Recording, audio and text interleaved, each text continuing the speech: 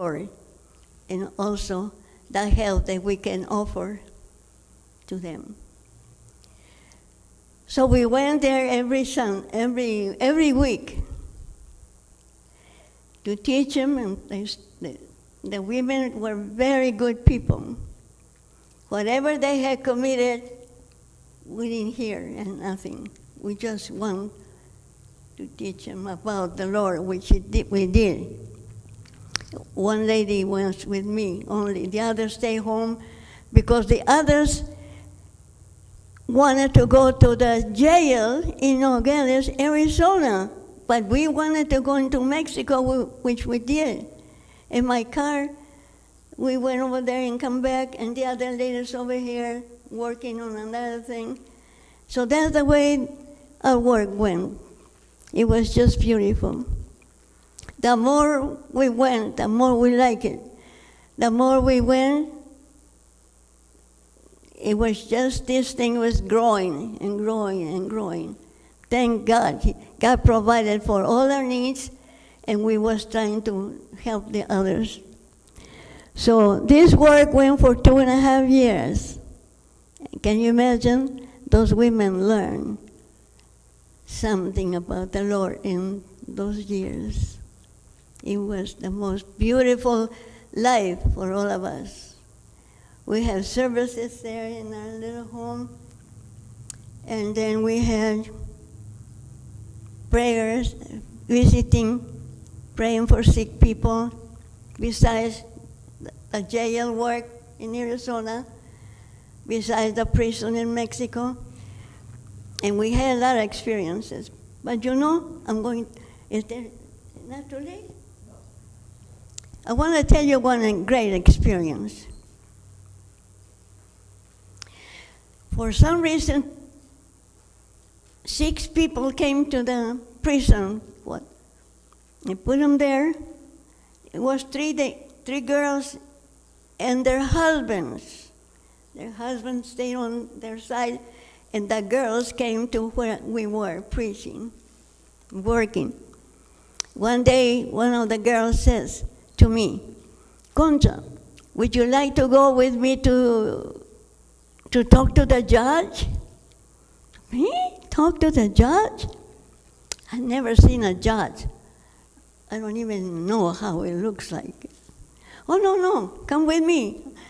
I tell you what to tell the judge." Okay. You know, my husband is on the other side with the other 2 men, and I want you to come with me and talk to the judge. Well, one day, I went to talk to the judge. She went with me. And you know, here we're sitting in the judge back of his desk, and he said, "What can I do for you ladies?" I said, "Well, here's this lady. She wants you to set her husband free." Oh, the judge said, this record is too thick, too much. I cannot tell you anything today because I can read the record. I said, "Yes, sir, I understand." "Why don't you come next Wednesday?" "All right, sir." So we left. So we came the next Wednesday, and the judge does this. "Sir, what are you trying to say to us?" He said, "I set the men free." "You set the men free?" "Yes, it's free. Go up there to my commandant, and speak to him because he has my orders to set the person free." Really? Then the wife is so happy. She didn't speak Spanish, but I told her what the judge had said. Oh, she was so happy. And he said, "My commandant will give you the prisoner." So we went over there, and the commandant said, "Okay, he's ready. Here his bags and everything. Take him." So we went to my car outside. We went outside, and then we got in our car. And so we took the prisoner to our house, because then he had nowhere to go. So this was the first man that was free. The other girl, remember it was 3 girls. The other girl said the same thing to me. Oh, Concha, can you go? Look what's happening. Can you go with me too to talk to the judge for my husband? I said, yeah. So we did. This was the second time. And then we come before the judge, and he said,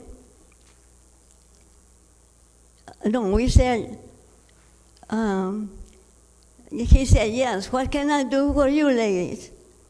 Oh, here's the other lady that her husband is a prisoner here, and she wants you to set him free. Oh, he said, it's again, I cannot read the record today. Come again next Wednesday. So we did. Here's the judge again, setting the second man free. We knew, he told us the same thing, go up there and get the man to release the man and take him home. Okay, and by the way, I want to tell you, you look like a little judge, like a little lawyer. Yeah. Well, anyway, the second man is free. The third girl said the same thing. Oh, can you go? Yes, I will. Let's go. So we did. The same thing. Again, she said to the judge, yes, sir. This is the third one. Oh, yes, I know. Yeah, and he said the same thing as he did before.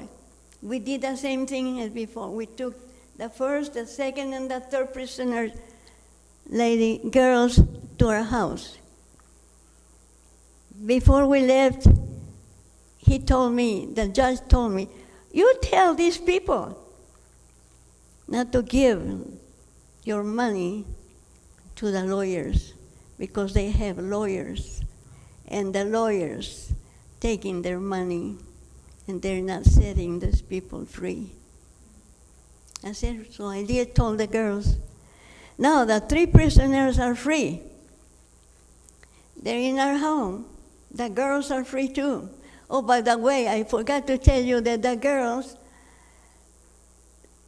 before this, about the man, before this, the girls were set free too. And they went to our house. And one of those girls was expecting a baby. So she had her baby in our home. Well, all these things was happening. Then the second thing was to set the men free, which I already told you. So now the 6 people are together in our homes. They stay there with their baby.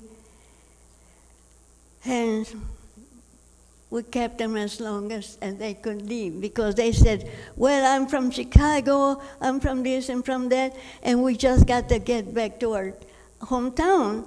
So I suppose they have enough money to go. But before,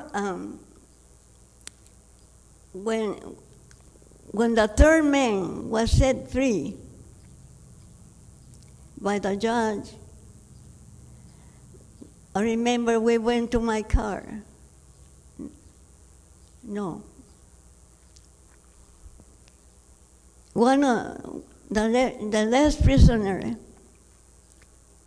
when we were waiting for the judge to go in to see the judge, there was a man standing there beside us, waiting for us to come in and to see the judge. The girl and I were sitting there, and here's this other man, and he was a lawyer, and he said to the girl, what are you doing here? The girl said, this lady is going to talk to the judge for me.